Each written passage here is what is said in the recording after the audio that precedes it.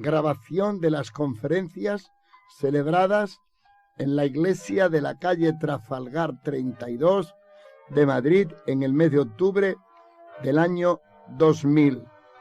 Tema general: la madurez cristiana. Viernes, día 13 de octubre a las 20 horas. Trata sobre el tema don Samuel Pérez Millo.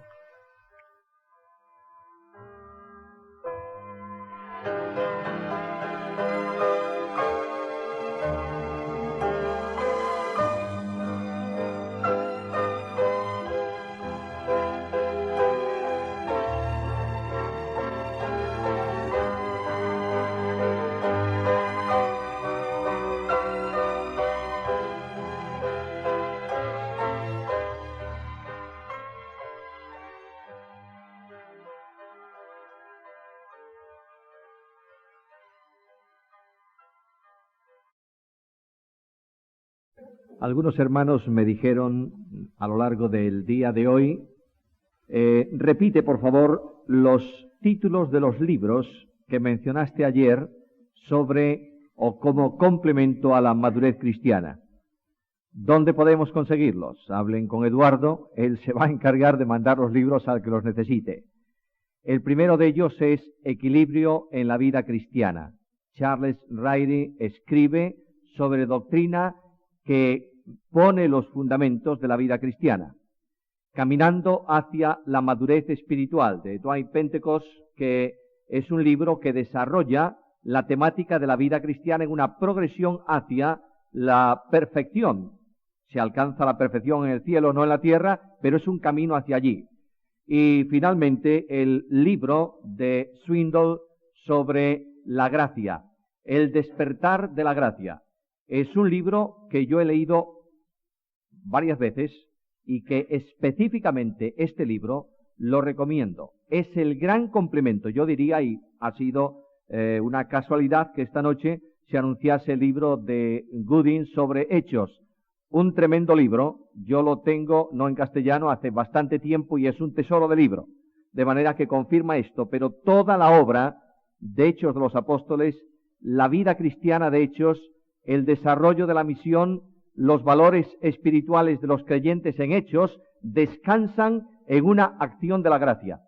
Y recordad que cuando Bernabé llega a Antioquía, viendo la iglesia que nace, dice, recuerda, afirma que es una obra del Señor, de la gracia de Dios.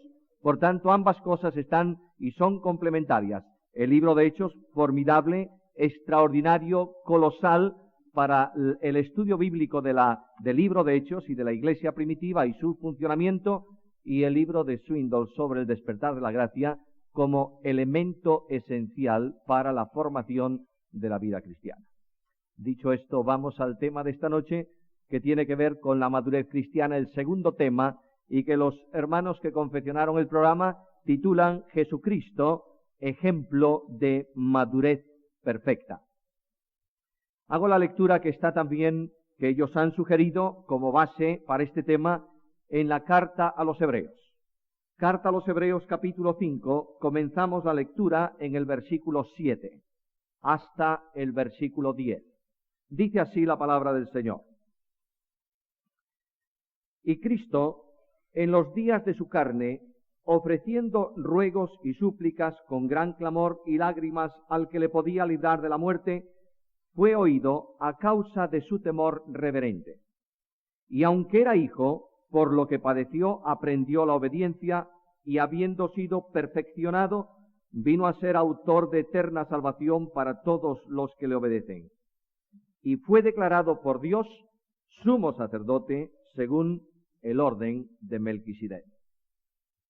Esta mañana hemos estado estudiando juntos bajo la dirección del Espíritu y por medio del hermano Pedro Inglés algo acerca del sufrimiento. Parece como si los temas de la mañana estuviesen un tanto dislocados del tema de la tarde. El de la tarde es camino hacia la madurez. ¿Qué es la madurez? Los de la mañana son temas que caminan por una epístola que el tema central de la carta, como todos sabéis, es la gracia, pero que necesariamente habla de sufrimiento. Porque la gracia que concede la salvación concede el sufrir por Cristo. Ahora, el desarrollo de la vida cristiana, y por eso los estudios son enormemente complementarios, el desarrollo de la vida cristiana consiste primeramente en una identificación espiritual con Cristo para salvación. La salvación, lo veíamos ayer en la introducción, no es posible obtenerla a no ser que el Espíritu Santo vincule al pecador que cree con el Salvador. Esa vinculación es una vinculación experimental, vivencial, integral.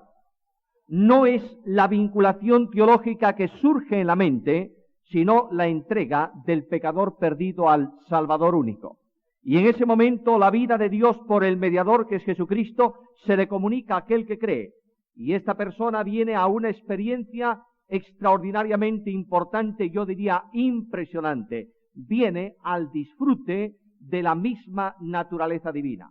La comunión con las tres personas divinas, que es comunión del creyente en Cristo y por Cristo, produce la experiencia de una participación en la divina naturaleza.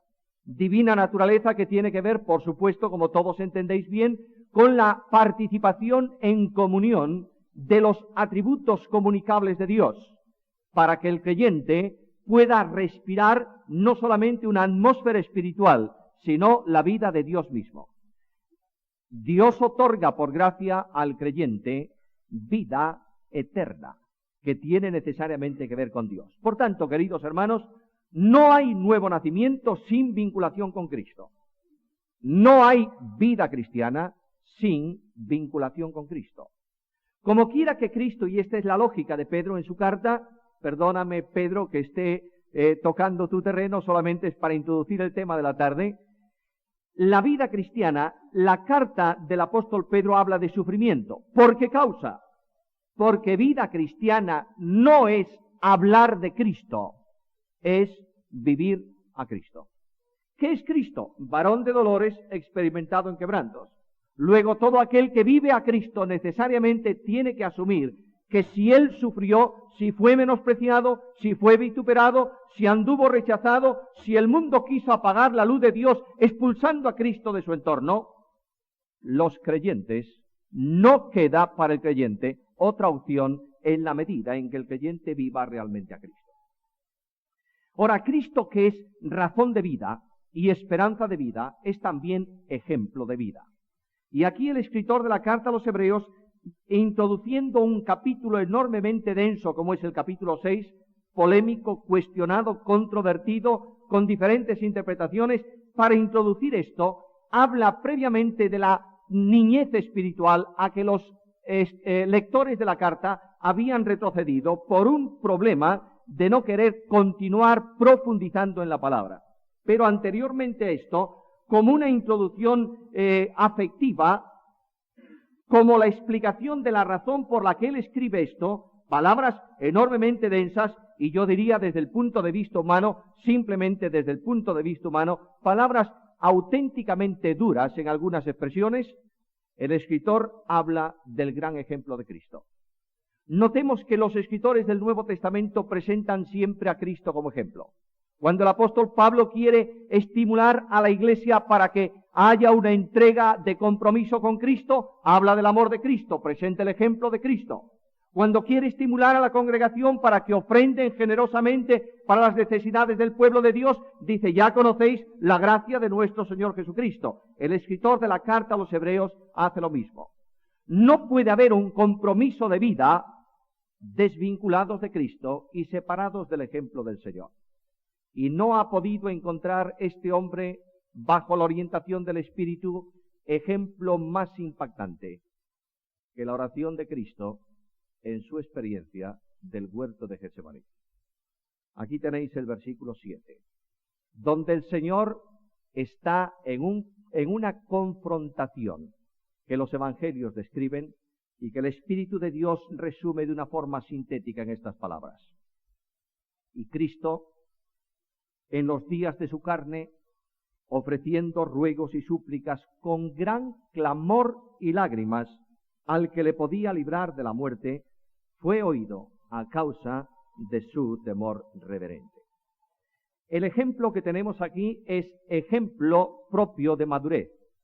Alguien va a decir, ¿cómo se entiende esto? ¿No es acaso Jesucristo Dios manifestado en carne? Sin duda alguna. Jesucristo es una persona divino-humana. Por tanto, tiene dos naturalezas que subsisten en la persona divina del Hijo de Dios. Como hombre, Jesucristo camina en un proceso de madurez natural que corresponde al hombre. Nace, es alumbrado como un hombre, desarrolla como un niño, llega a la adolescencia, luego a la juventud, finalmente a un hombre maduro, y en esa madurez de hombre auténtico sale al ministerio durante 3 años y medio para el cumplimiento de la misión que el Padre le había asignado. Jesucristo madura intelectualmente como hombre, estoy hablando de su humanidad, de manera que el Señor aprende la lectura como un niño cualquiera y estudia también la palabra de Dios como un niño. El Señor Jesucristo no conoce en su niñez la Biblia como hombre, tiene que estudiarla. La comunicación de las propiedades y conocimientos divinos a la naturaleza humana se realizan por acción soberana de la persona divina del Hijo de Dios. De manera que en las limitaciones humanas que corresponden al ejercicio ministerial de Jesús el hombre, hay momentos en que el hombre Jesús tiene lógico desconocimiento de cosas que corresponden estrictamente a la deidad. Por eso, cuando se le pregunta a Cristo sobre la venida, su venida, la fecha de su venida, dice solamente el Padre, solamente el Padre, ni siquiera los ángeles ni el Hijo conocen esa fecha. ¿Acaso el Verbo de Dios como Dios desconoce eso? No. Porque no hay nada en el corazón y en la mente divina que pueda ser expresado al margen del Verbo de Dios, que expresa exhaustiva, plena, absoluta, totalmente a Dios y revela su pensamiento, decisión y mente. Bueno, estos son temas enormemente densos. Yo quiero reducir el tema de hoy a algo muy personal y muy íntimo para cada uno de nosotros. Madurez significa esencialmente en el entorno bíblico 2 grandes cosas: obediencia y capacidad. Por tanto, aquí tenemos el gran pasaje de la capacidad de acción, de la absoluta manifestación de la libertad en Jesucristo. Jesucristo ha sido esencial, total, plenamente libre como hombre por una razón, porque pudiendo escoger 2 cosas en relación con su persona, elige la mejor: entregar su vida en expiación por nuestros pecados. ¿Recordáis que Pablo en la carta a los Filipenses dice: el cual siendo en forma de Dios, no tuvo el ser igual a Dios como cosa que aferrarse? Tenía derecho. Era lícito. Era digno. No tuvo el ser igual a Dios como cosa que aferrarse, sino que se despojó a sí mismo, tomando forma de siervo, hecho semejante a los hombres, y estando en la condición de hombre, se humilló a sí mismo, haciéndose obediente hasta la muerte y muerte de cruz.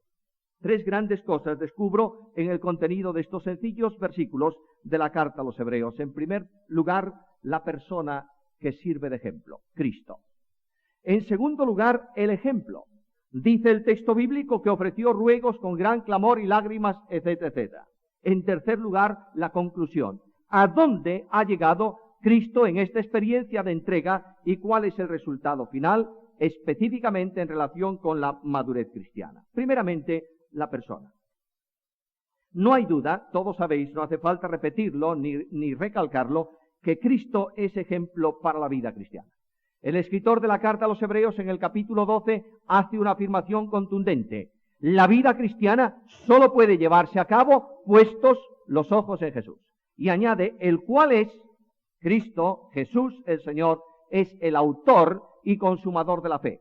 Ahí tiene que ver con el adalí, el que va adelante en la carrera de la fe. Esta mañana se nos decía que Cristo ha marcado un camino, unas huellas, a las cuales Dios nos llama a seguir, poniendo los pies sobre las huellas de Cristo, que en la carta a los Hebreos son huellas de sufrimiento. Porque el llamado del cristiano es a seguir al crucificado, es decir, a aquel que renunció a todo, incluso su propia vida, para darla en precio de expiación por nuestros pecados.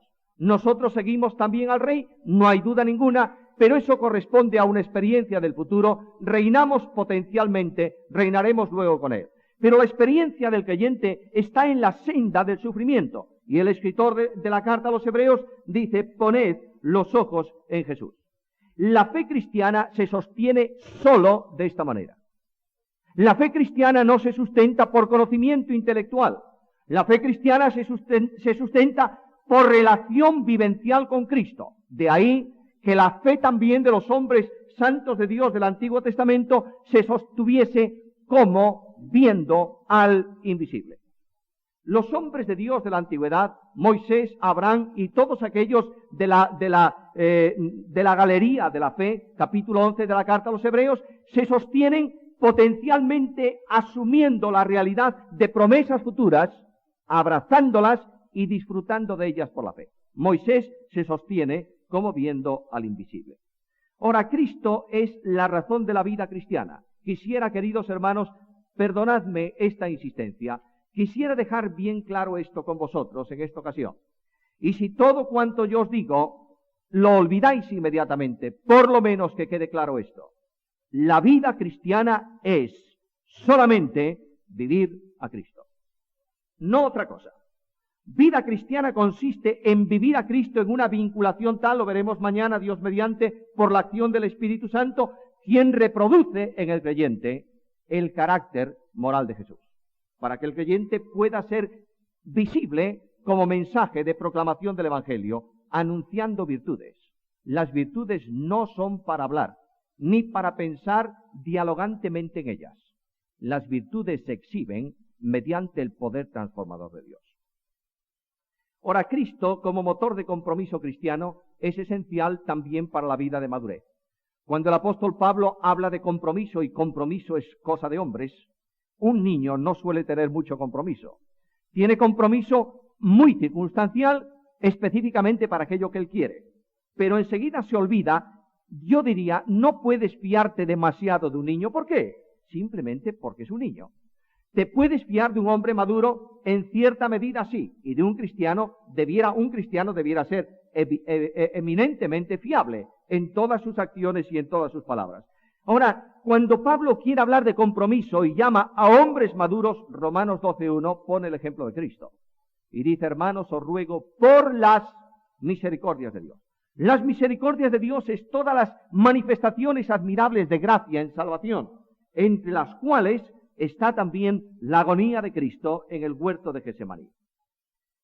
El aliento que produce esto es que la experiencia que tenemos aquí es la experiencia de un hombre. Alguien me va a decir: es que Cristo no es Dios. Vuelvo a recalcar esta verdad.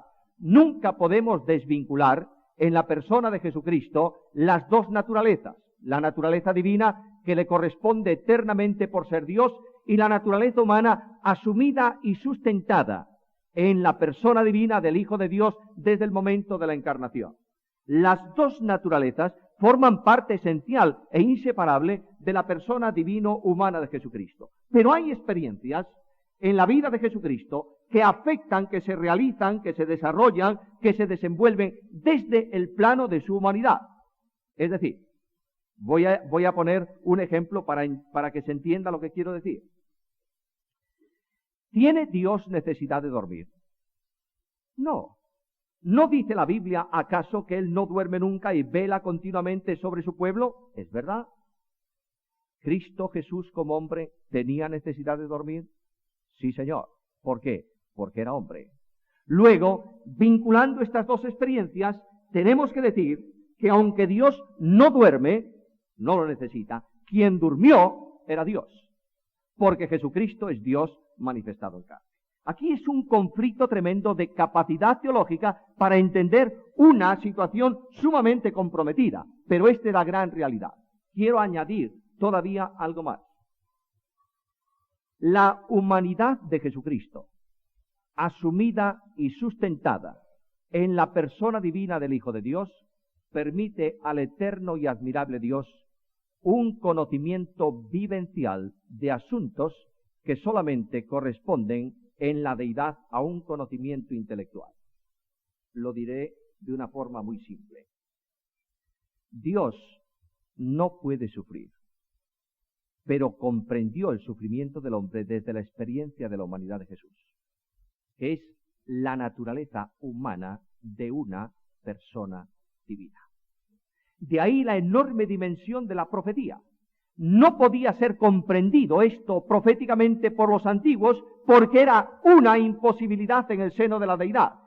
En toda la angustia de ellos, Él fue angustiado y fue su Salvador. ¿Comprendéis la enorme dimensión? ¿A dónde llega la enorme bendición del descenso del Verbo de Dios en manifestación de carne al plano de los hombres?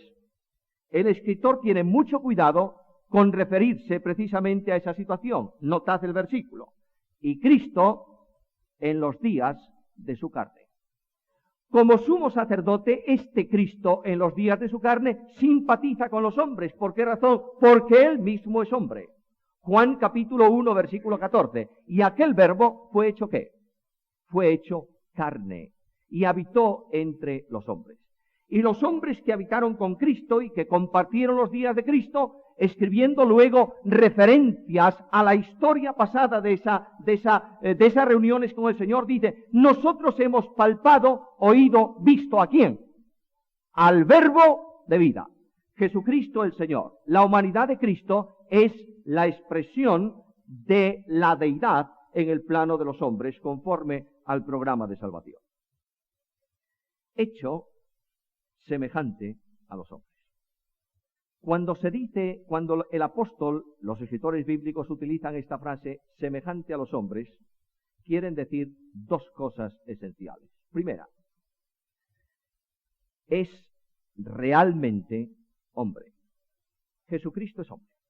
Los tres elementos esenciales de toda humanidad concurren en Cristo. En primer lugar, Jesucristo tiene un cuerpo humano, tan humano que puede ser palpado y que realiza funciones propias de los hombres. Llora, duerme, come, se desplaza. Y siendo un cuerpo humano real, no puede corporalmente como hombre estar en distintos lugares a la vez. Cristo camina, está en Nazaret, otras veces desciende a Jerusalén, otras veces está sentado en el pozo de Jacob dialogando con la samaritana, pero no está en todos los sitios a su vez corporalmente como hombre. Cristo es un hombre, tiene un cuerpo humano. Ese cuerpo humano se produce por una acción, se concibe por una acción milagrosa del Espíritu Santo, pero es gestado en el seno de una mujer y es alumbrado como todo hombre y nace como un hombre sin distinción ni diferencia alguna en cuanto a esto. Segundo, Jesucristo tiene el segundo elemento de la naturaleza humana, un alma humana. Tan humana es el alma de Jesús en cuanto hombre que Él puede decir a los discípulos, mi alma está muy triste hasta la muerte. Y la experiencia de la angustia, la experiencia del conflicto, se produce, se desarrolla y se siente en el alma humana de Jesús. Tercero, Cristo Jesús como hombre tiene la tercera condición indispensable para ser hombre, espíritu humano. Tan humano es el espíritu de Jesús como hombre, que Jesús como hombre tiene, que dice la Escritura que Él fue conmocionado, conmovido en el espíritu y lloró.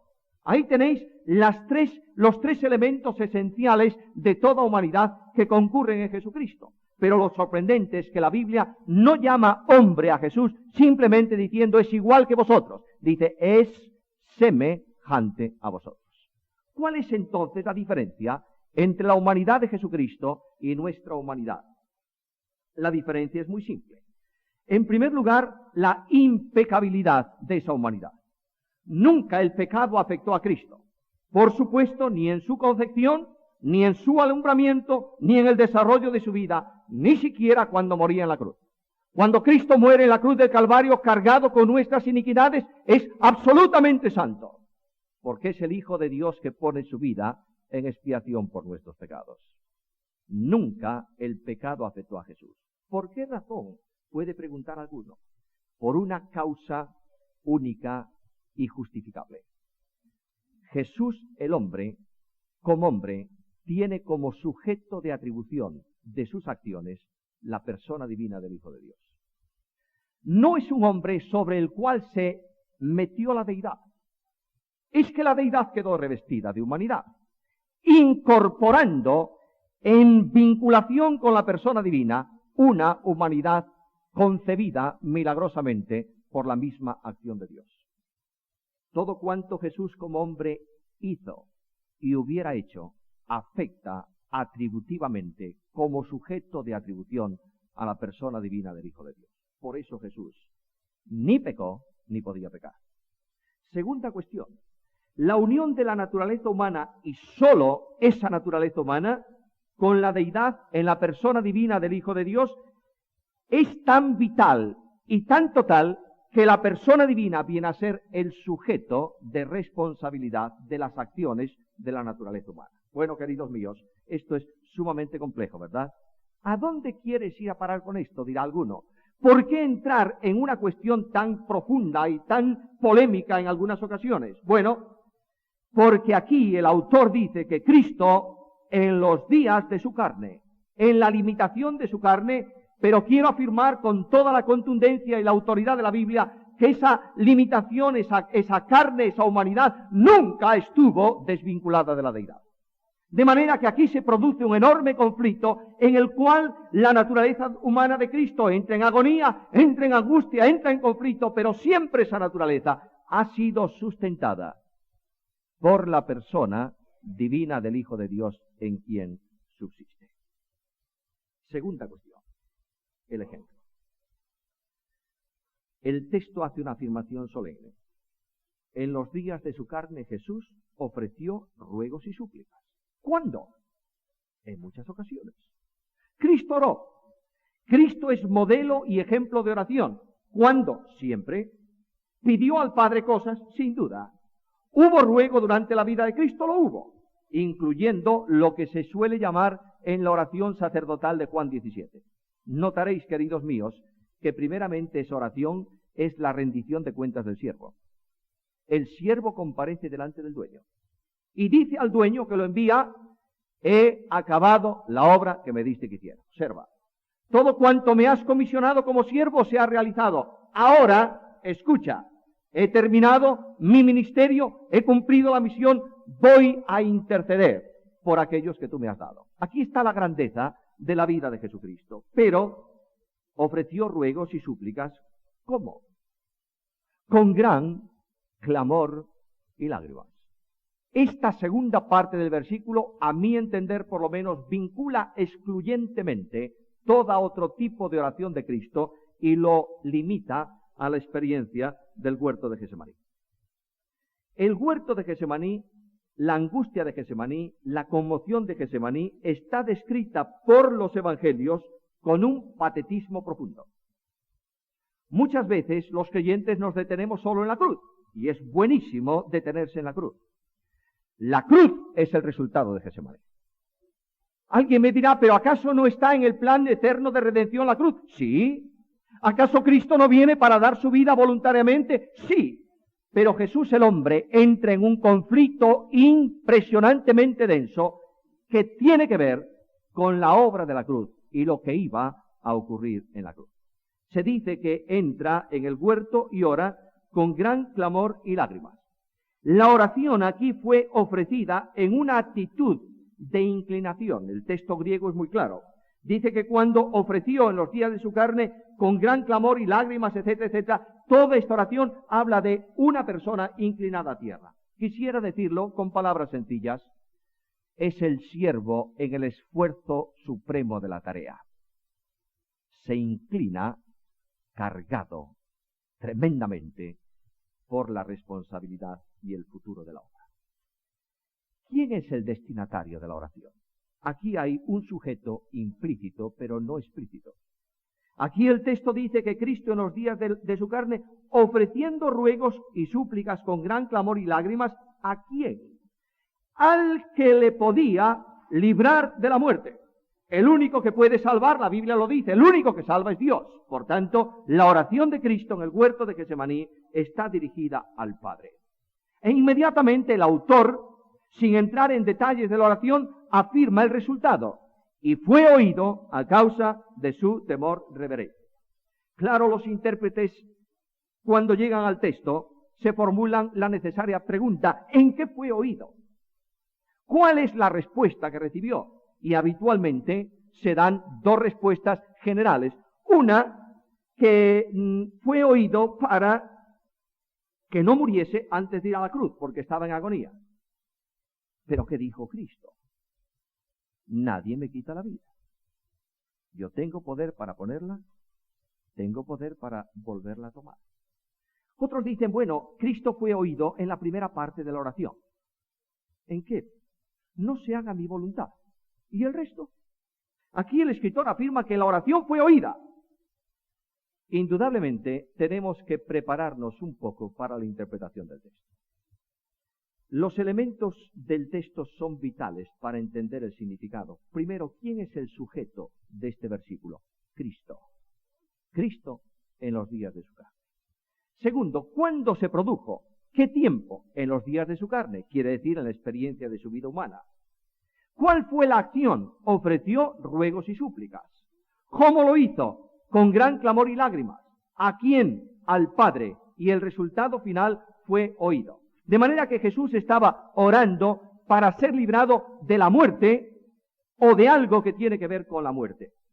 Cristo había aceptado ampliamente la entrega de su vida. No tenía temor a la muerte física el Señor. Había venido con ese programa, con ese propósito. Y mucho tiempo antes habló en ejemplo, en parábola, simbólicamente, de aquella serpiente levantada en el desierto, y él dijo, así es necesario que sea levantado. ¿Quién? El Hijo del Hombre. Jesús había hablado anteriormente a Getsemaní varias veces a los discípulos y les había dicho, subimos a Jerusalén. ¿Y qué va a pasar en Jerusalén, Señor? El Hijo del Hombre va a ser entregado en manos de pecadores y va a ser crucificado. Y al tercer día resucitará. Luego Cristo no estaba pidiendo en modo alguno que nadie le librase, el Padre le librase de esta experiencia. ¿Qué es la muerte? La muerte es un estado de separación. Filosóficamente, la muerte es una situación de término.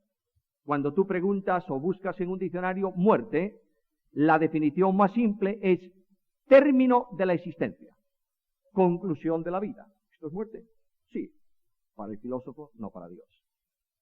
Para Dios, muerte es un estado de separación. Estado de separación que comienza por una muerte espiritual a consecuencia del pecado. El día que de él comieres, que dice el Señor, ciertamente morirás. En el momento en que el hombre interpone entre el contacto de vida y su experiencia como hombre, interpone el pecado, automáticamente esa persona ha muerto espiritualmente, porque está desconexionado de la fuente de vida que es Dios. De la misma manera que tú no puedes vivir sin el corazón, de la misma forma, espiritualmente hablando, no puede nadie vivir sin Dios. Ahora, esta muerte espiritual es un estado de separación entre el hombre y Dios a causa del pecado. Segunda consecuencia, la muerte física. Y la muerte física es un estado de separación entre la parte material y la parte inmaterial del hombre. El mismo ejemplo del Señor nos vale para enseñar esto. Cristo en la cruz del Calvario dice al Padre, Padre, en tus manos encomiendo mi espíritu. Y el testimonio del Evangelio es, e inmediatamente después expiró, murió. Se produce un estado de separación entre la parte espiritual y la parte material del hombre. La experiencia de Cristo en Getsemaní tiene que ver con la muerte espiritual del hombre. La oración está elevada a causa del temor reverente que a Jesús, hombre, le produce la experiencia que va a recibir en la cruz, mediante cuya experiencia Jesús, el hombre, va a quedar en interrupción de comunión con el Padre. No a causa de su pecado, ni de la mancha de nuestro pecado sobre él que no le contamina, sino de el hecho de ser nuestro sustituto vicario. Cristo en la cruz del Calvario, queridos hermanos, no me ha sustituido a mí solo en mi muerte física para darme esperanza de resurrección. No hay esperanza de resurrección sin salvación y perdón de pecados. Cristo en la cruz del Calvario me ha sustituido a mí plenaria, potencial, virtualmente. Quiero decir con esto que aquel estado de separación a causa de mi pecado con Dios lo ha experimentado el Santo Hijo de Dios cuando estaba en la cruz del Calvario. Cuando Cristo viene al mundo y toma una naturaleza humana, tiene que ver con la muerte sustitutoria. Capítulo 2. Se me ocurre ese texto. Capítulo 2 de la carta a los Hebreos, creo que es el versículo 9. Ya que estamos con Hebreos. Hebreos 2:9. Pero vemos a aquel que fue hecho un poco menor que los ángeles, a Jesús coronado de gloria y de honra a causa del padecimiento de la muerte. ¿Para qué? Por la gracia de Dios gustase ¿qué? La muerte por todos. Luego la humanidad de Jesucristo tiene que ver precisamente con una obra de expiación en la cual la muerte tiene un elemento participativo para que por medio de su muerte yo obtenga vida. Ahora seguid un momento la experiencia de Jesús. La muerte espiritual que Cristo experimenta está descrita por Pablo en Gálatas de forma magistral. Él fue hecho por nosotros maldición, porque está escrito, maldito todo aquel que es colgado en un madero. La experiencia profética de esta situación se manifiesta ya en Isaías 53. Mas Jehová cargó en él el pecado de todos nosotros. ¿Cuándo fue cargado el pecado sobre el Cordero de Dios que quita el pecado del mundo? ¿Cuando estaba en la cruz? Pedro dice que no. Pedro dice en la carta primera, capítulo 2, versículo 4, que él llevó nuestros pecados en su cuerpo sobre el madero. De la misma manera que simbólicamente el sumo sacerdote se identificaba con el animal que iba a ser muerto en sacrificio expiatorio, cargando teóricamente, figurativamente, el pecado del pueblo sobre la víctima. Así Dios carga sobre su Hijo el pecado de todos nosotros. ¿Para qué? Para que Cristo dé su vida en expiación por mis pecados. Ahora, Cristo va a ser considerado, fue considerado por Dios sacrificio expiatorio por el pecado. Segunda carta a Corintios, capítulo 5, versículo 21. Al que no conoció pecado, por nosotros lo hizo pecado, para que nosotros fuésemos hechos justicia de Dios en él. Y a causa de esto, este inocente iba a ser desamparado de Dios. Salmo 22:1. Dios mío, ¿por qué me has desamparado? Ahora, mirad una cosa, queridos míos. El desamparo es infinitamente más profundo que el abandono. El abandono es ver a un sufriente, en este caso concreto, el Cordero de Dios, sobre la cruz y alejarse de él. Pero Pablo dice que Dios estaba en Cristo, reconciliando consigo al mundo. De manera que el desamparo significa que Dios tiene necesariamente que sentenciar el pecado del mundo sobre su Hijo y tiene necesariamente que hacer pasar a su Hijo en la naturaleza humana, por supuesto. No hay rotura de comunión nunca en el plano de la deidad. Tiene que hacer pasar a su Hijo, el hombre inocente, que lleva el pecado del mundo y como hombre sustituye al hombre, para que nosotros seamos hechos justicia de Dios con él. Entonces, ¿qué dice Jesús? El hombre Jesús, en su plano de humanidad, entra en el huerto y dice al Padre: oh Padre querido, siento una conmoción tremenda pensar que yo, que soy santo, inocente, incontaminable, voy a cargar sobre mí la escoria del pecado del mundo. Lo voy a hacer porque este es tu plan, tu proyecto, Señor. Aunque yo no quisiera como hombre tener vinculación con el pecado, lo voy a asumir porque este es el plan tuyo desde la eternidad. Pero hay algo todavía mayor, Señor. ¿Cuándo, en qué momento hemos estado distanciados tú y yo? ¿No has estado conmigo siempre, Padre querido? ¿No hice yo las obras que tú me has encomendado? ¿No son tus obras las mías y las mías tuyas? ¿No estoy yo en ti y tú en mí? Oh, Padre querido, ¿cómo es posible que yo venga a una experiencia tan tremenda en la que tenga que ser desamparado por ti? Y en este conflicto, queridos míos, que la mente humana no entiende, que la dimensión del intelecto humano no entiende, que la teología no puede profundizar, es una situación que escapa totalmente de la mente y de la lógica del hombre. Cristo entra en agonía. Quien agoniza en Getsemaní es Emmanuel, Dios con nosotros. Fijaros, no pide al Padre ser librado de la experiencia, sino salir de ella. Y dice el texto que fue oído a causa de su temor reverente. Mirad en la cruz del Calvario, se va a producir un momento de impresionante dimensión. Cada vez que yo pienso en él, el Señor es testigo. Tengo que guardar silencio. Es un momento de profundo impacto, de conmoción cósmica, en el cual Dios mismo coloca un velo sobre lo que ocurre en la cruz. Y el sol se oculta. Y los burladores se retiran. Y solo los soldados y un grupo de personas quedan próximas a la cruz. Y en ese instante tremendo se está cumpliendo la profecía de Isaías 53. Como oveja, delante de sus trasquiladores, enmudeció y no abrió su boca. Cristo guarda silencio durante las 3 horas de tinieblas, ni una sola palabra. Es al final de las tinieblas, cuando ya la luz retorna, cuando el Hijo de Dios dice: Dios mío, ¿por qué me has desamparado? Esta mañana Pedro hacía un énfasis, a mí me resultó muy beneficioso, muy benéfico, un énfasis sobre el para qué y el por qué.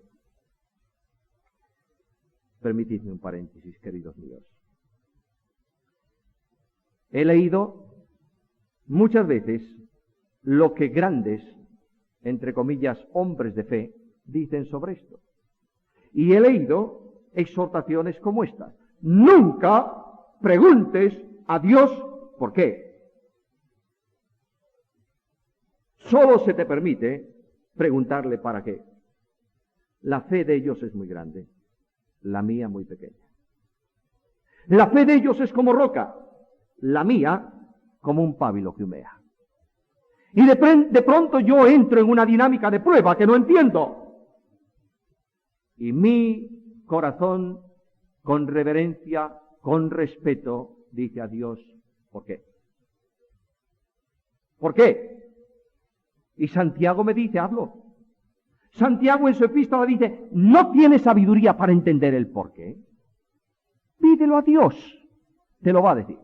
No solamente te va a decir el para qué, que es la gran bendición, te va a decir el por qué de las cosas.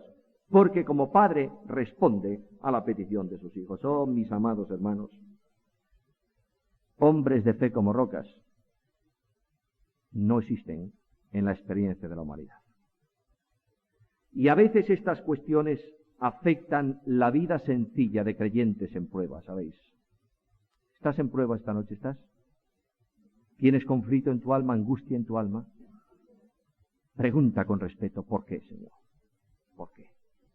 Y la gracia de Dios vendrá en tu ayuda, y encontrarás el descanso de los brazos consoladores de Dios que te sostienen y que te dicen, como a Pablo: bástate mi gracia. Cristo pidió al Padre.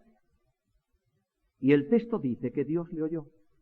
Mirad un instante más Getsemaní y vamos al último punto. Jesús está solo. Es tremenda la soledad de Jesús.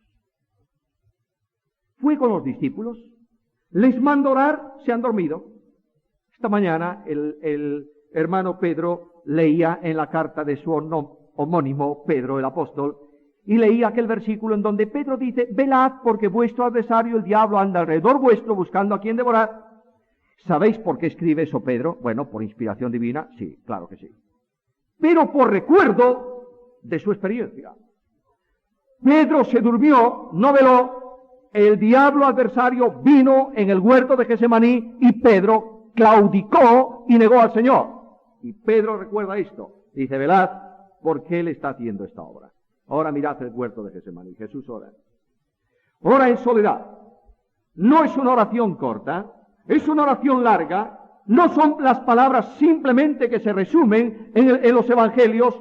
Padre, si es posible, pase de mí este vaso. Padre, si es posible, pero hágase tu voluntad, etcétera, etcétera. No son la brevedad sintética de la oración que el Espíritu Santo resume. Es una oración que dura tiempo y que Cristo dice a los suyos: no habéis podido velar conmigo una hora.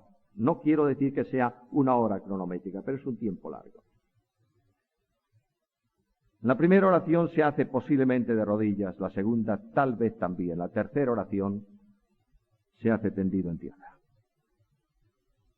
Es la oración del impacto tremendo, en donde el Señor dice: mi voluntad es la tuya. Mi entrega es incondicional. Mi madurez total. No hay nada que te reserve. Pero en el alma de Cristo se produce un enorme conflicto. Permitidme, por favor, por una sola vez en mi vida, dejar volar un momento mi imaginación al huerto de Getsemaní. En medio de aquel conflicto y soledad, yo veo la presencia de un querubín en el huerto. No es el querubín santo que custodia la santidad de Dios y la adora en el cielo, no. Es el querubín caído que ha buscado desde el principio del nacimiento de Jesús que el Mesías no lleve el pecado del mundo y Cordero de Dios no sea cargado con la maldad de los hombres. Está allí para tentar a los discípulos.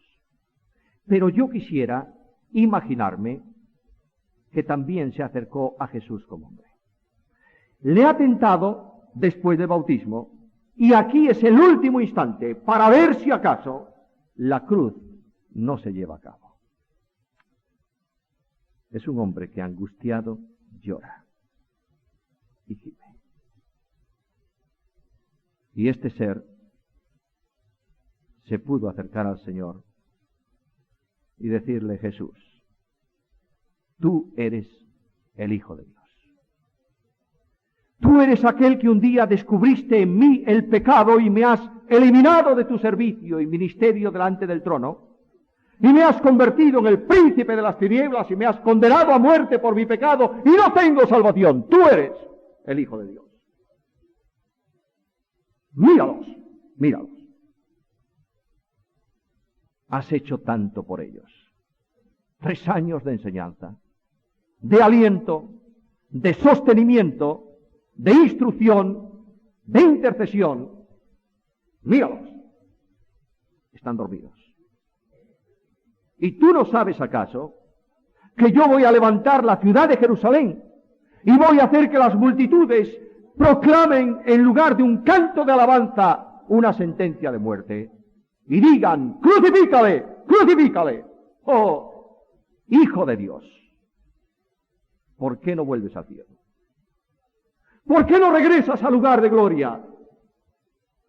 Y eres adorado por los ángeles y proclamado por los arcángeles y servido por los serafines y los querubines. Y déjalos.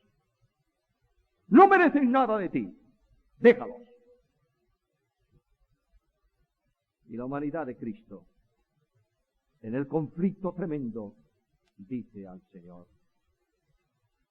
y si tú no los salvas, ¿quién los salvará?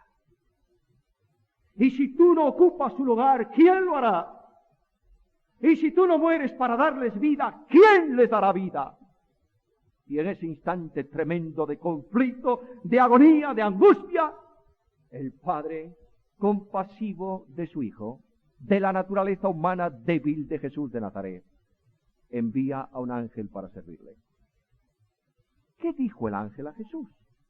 ¿Cuál fue el ministerio del ángel? ¿Cuáles sus palabras? Yo no las sé, pero la carta a los hebreos me da una pauta de reflexión y dice que por el gozo puesto delante de él, sufrió la cruz, menospreciando la vergüenza. Ese ángel trae a Jesús de Nazaret la perspectiva admirable de una vida restaurada, de miles de personas salvas por gracia para la gloria de Dios. Pero yo creo que trajo otra cosa. De la misma forma que el ángel es enviado al profeta Daniel con la respuesta a su oración, tal vez el ángel trae la respuesta de la oración de Jesús de Nazaret. Jesús dice a su Padre, Padre, quiero que la muerte, la experiencia de separación de la muerte espiritual sea restaurada antes de la muerte física. ¿Ocurrió? Sí, ocurrió. De manera que el Hijo de Dios está desamparado y la experiencia del desamparo es esta. ¿Por qué me has desamparado? Fue Dios quien lo desampara, porque yo soy gusano y no hombre, y tú eres santo. Y en esa experiencia de dinámica se produce, permitidme expresarlo así, una auténtica resurrección en cuanto a restauración de comunión plena entre Jesús y el Padre antes de su muerte. De ahí que Jesús, proclamando la victoria de la cruz y diciendo, consumado es, diga a continuación, Padre, en tus manos encomiendo mi espíritu. ¿Fue oído? Fue. Y en esto Jesús el Señor es el arquetipo de los creyentes. Nosotros tenemos la experiencia de una muerte espiritual a causa de nuestro pecado, de una resurrección espiritual uniéndonos a Cristo, Efesios capítulo 2, luego una muerte física y después una resurrección corporal para vida gloriosa perpetuamente. En todo semejante a los hermanos. Ahora, ¿qué tiene que ver esto con la madurez? Pues muy sencillo. Aunque era hijo, por lo que padeció, aprendió la obediencia. Bueno, ¿es que acaso Jesús como Dios no sabe lo que es la obediencia? Sí. ¿Es que acaso Jesús no obedeció antes nunca? ¿Cómo no? Fue obediente permanentemente. Lo que ocurre es que el sumo sacerdote que va a compadecerse de sus hermanos en un ministerio sacerdotal supo lo que cuesta la obediencia. Llegó a la dimensión absoluta de la capacidad suprema para poder compadecerse. ¿Cómo? Mediante el ejercicio de la obediencia hasta la muerte y muerte de cruz. Mirad lo que dice a continuación sobre la madurez del sumo sacerdote, versículo 9. Y habiendo sido perfeccionado, vino a ser autor de eterna salvación para todos los que lo obedecen. Luego, ¿salvación va vinculado con obediencia? Naturalmente que sí. No solo posteriormente, sino en el instante de salvación. La entrega del pecador no es solamente un acto de fe, es un acto de obediencia incondicional a Dios. Por eso Pablo dice que Dios manda ahora a todo hombre, en todo lugar que se arrepienta. Mirad, queridos hermanos, otro pequeño paréntesis aquí. La invitación del Evangelio no es un ruego, una súplica llorosa que Dios hace a los pecadores. No, señor. La invitación del Evangelio es el mandamiento del soberano, Rey de reyes y Señor de señores, que demanda obediencia para salvación. Todas las invitaciones a salvación en la Biblia están expresadas siempre en imperativo. ¿Quieres el ejemplo más cariñoso? Venid a mí todos, los que estáis trabajados y cargados, que yo os haré descansar. Cuando un pecador se niega a ese acto de obediencia, se pierde por rebeldía, por quebrantar el mandamiento que le conduce incuestionablemente a la salvación, habiendo sido perfeccionado. ¿Sabéis la maravilla de Jesús? Me entusiasma esto y voy al último punto. A veces yo tengo problemas, vosotros también, problemas, tropiezos, caídas más o menos graves en la experiencia cristiana, y vas a una persona de la congregación, tal vez un líder de la iglesia, y le confiesas tu miseria, le dices, he fracasado. Y te mira con una cara como si estuviese viendo un apestado, y te dice, esa es tu responsabilidad, tú eres un mal creyente. Y sales defraudado, arruinado, abatido, cabizbajo y no te recuperas. quiero deciros, amados míos, queridos míos, lo digo con cariño reverente a los líderes de las iglesias. Hay cientos de creyentes, ovejas de Cristo, fuera de la iglesia, porque no han tenido un brazo de amor y una mano de gracia. Y han sido juzgados por ley, sentenciados por ley y ajusticiados por ley. No es eso vida cristiana, por favor, no es eso. El buen pastor sale a buscar la perdida, ¿entiendes esto o no? Hasta que la haya. Oh, la disciplina bíblica es necesaria, claro que sí, cómo no. Dios nos libre de no ejercerla. Estaríamos siendo contrarios al amor en el ejercicio, en el no ejercicio de disciplina, pero ojo, disciplina nunca es castigo, es camino de restauración. Y cuando Cristo dio el ejemplo supremo de cómo hay que disciplinar y cómo hay que restaurar, lo puso en el lavamiento de los pies. Y dio los pasos necesarios que nosotros tenemos que seguir en la experiencia de Cristo. No solo verter el agua sobre los pies, secarlos con la toalla, ¿lo sabes o no? Estaba un año en las clases bíblicas de Villar. Como dice el Quijote, tiempo ha. Mariano San León Herrera, ¿lo conocisteis? Nos daba una clase sobre Juan. Parece que lo veo. Y de pronto comienza a hablar del buen pastor. Y hay un momento en que dice él, sabéis, recuerdo cuando la mano del pastor me tocó a mí. Y se quedó parado. Bajito. Y agachó la cabeza.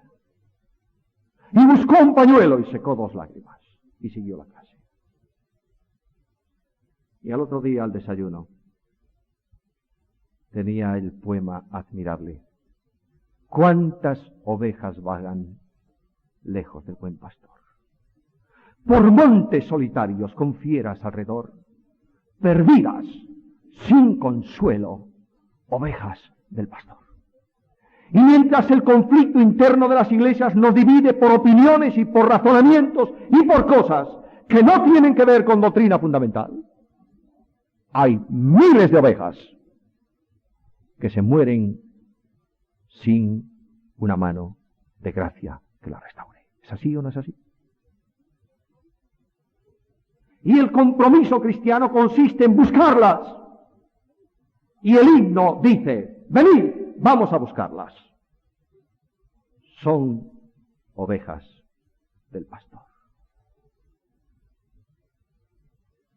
Getsemaní tiene que ver con consuelo y restauración, ¿sabes esto? ¿Lo sabes?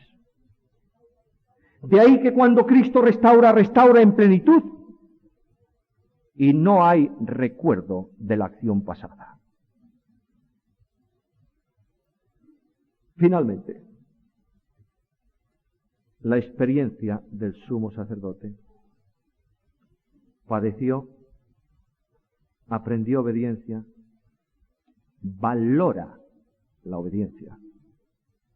No demanda una obediencia ciega a los suyos, aunque les dice, todo aquel que quiera venir en pos de mí, niéguese a sí mismo. ¿Qué significa? Tienes que obedecerme. De otra forma, don Eri decía, ponía como ejemplo las iglesias o los creyentes que mienten el domingo, cantando. Bueno, Señor, Señor, te alabo. Tú eres todo para mí. Y Cristo dice, un momento. No me llames Señor, Señor, si no estás dispuesto a hacer lo que yo digo. ¿Es así o no es así? Aquí tenemos la vinculación de la madurez. Como yo he sido como hombre maduro en una decisión, yo podría cancelar como hombre, podría asumir otra cuestión. Indudablemente el plan de salvación va a ejecutarse. Permitidme un paréntesis ahí. Estoy hablando desde la condición, desde la perspectiva absoluta de una humanidad. Queridos míos, el Señor dice, no, lo que tú, no lo que yo. Ahora, Dios nos vincula a Cristo, ¿sabes? ¿Para qué? Para que podamos obedecer. ¿Cómo? Así como suena. El apóstol Pablo es un judío converso que tuvo que aprender lo que consiste, en qué consiste la vida de santificación. El judío pensaba, el fariseo especialmente, que la santificación consiste en hacer yo. ¿Es así o no? Y cuando has hecho bastante, te presentas delante de Dios y le dices, mírame, mírame, no tienes otro igual que yo en el mundo, nadie como yo, ni siquiera ese. No sé cómo no le da vergüenza estar en el templo, es un publicano, yo no. Oh, qué tremenda situación. Y Pablo en Romanos 7 escribe lo mismo, ¿sabes? Me doy cuenta que yo quería, que quiero, pero no puedo. Claro que no puedes, naturalmente. Porque la demanda de Dios es imposible para el hombre. Porque el renunciarse a sí mismo no es posible para la naturaleza humana, por perfecta que sea. Es clavar el yo. Pero Dios produce en vosotros el querer y el hacer por su buena voluntad. Y lo hace soberana y supremamente. Te vincula a Jesús para que tú experimentes en tu vida por la acción del Espíritu la trascendente vida de Jesús de Nazaret. Y puedas decir al Señor esta noche, no lo que quiera ser, ni donde quiera ir, pues solo tú, Señor, tienes derecho a elegir mi camino. ¿Lo has hecho, querido? ¿Lo has hecho? Hemos caminado hacia una madurez tal que somos capaces de renunciar absolutamente al yo, porque tenemos el poder de la cruz liberador de esa área, porque vivimos crucificados con Cristo. ¿Somos capaces de esto o no? Si entre nosotros hay alguna persona con animosidad contra alguien que es su hermano, es un esclavo del yo. No es libre. Podrá saber mucha teología, pero está viviendo muy lejos de Jesús. Porque Cristo dijo, no yo, sino tú. Y esta es la gran madurez espiritual. Dios confiere a su Hijo resucitado el sacerdocio eterno conforme al orden de Melquisedec. Y Jesús es supremo ejemplo de madurez para mí esta noche. Hace muchos años, un poeta español clásico, no del siglo de oro, se llama José María Gabriel y Galán. Tal vez alguno de vosotros habéis leído algún verso de José María Gabriel y Galán. Este hombre tenía una abuela, bueno, como casi todos los hombres. Aquella abuela quería mucho a José María. Y un día, cuando José María iba a la escuela, por primera vez, en el libro de las letras primeras de la escuela, no el catón que lo aprendió en casa, según dice su biografía, el libro de lectura, la abuela metió dentro una estampa de un crucificado. José María terminó su colegio, dejó el libro, recogieron las cosas de José María, las pusieron en una biblioteca de la abuela, José María se fue a la universidad, etcétera, etcétera, etcétera, su vida, no voy a contaros la vida de él. Y un día, siendo mayor, una noche de tormenta, recaló en la casa de la abuela, ya no vivía la abuela. Dice José María que aquella noche el viento y el trueno no le dejaban dormir. Entonces se levantó de la cama, cansado, y bajó al salón donde estaba la biblioteca. Y abrió la puerta, y qué sorpresa, el libro del colegio. Lo tomó y lo abrió. Y delante de él, la fotografía, el dibujo del crucificado. José María quedó impactado, mirándolo. Cerró el libro, lo puso en su sitio, volvió a la cama. Y dice él, en una confesión personal, ya no dormía por la tormenta, dormía por el impacto, no dormía por el impacto del crucificado. Y amaneciendo ya, tomó una hoja de papel y escribió un verso que dice así: con su frente de Dios dolorida, con sus ojos de Dios entreabiertos, con su boca de Dios amargada, con sus labios de Dios sin aliento, muerto por los hombres, por amarlos, muerto. Oh, amado mío, ¿has visto a Jesús de esta manera? ¿Lo has visto? ¿Te has detenido delante de la cruz y has entrado de puntillas al huerto de Getsemaní? Últimamente lo has hecho. Y has preguntado al Señor: ¿por qué, Señor? ¿Por qué? Y has recibido por respuesta la respuesta de la Escritura: el Señor te amó a ti y se entregó a sí mismo por ti. ¿Qué puedes esta noche negar a Jesús? ¿Qué puedes reservarte para ti esta noche? ¿Qué puedes? Si Él lo dio todo por ti. Yo quisiera pediros un instante de recogimiento. Quiero pediros que inclinéis vuestras cabezas, que cerréis vuestros ojos, que guardemos un instante de silencio. Que el Espíritu Santo con su dedo toque nuestras vidas. Y que podamos ver a Jesús agonizando por mí, muriendo por mí.